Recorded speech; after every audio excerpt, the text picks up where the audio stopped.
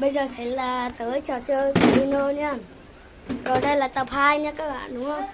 Lần này tập 2 của Lava sẽ là nhiều thử thách mới. Bây giờ càng ngày càng khó là gì? Sẽ những cái này khi bấm vào lava, cái này gạt cùng gạt là càng lava sẽ càng nhiều, bấm vào cái này lava sẽ càng nhiều.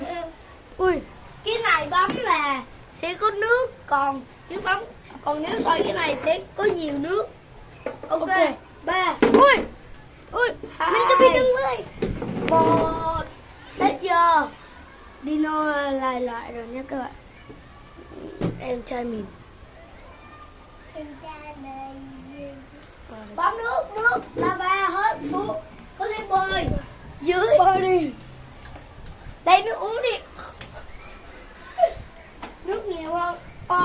Nước cầm quay.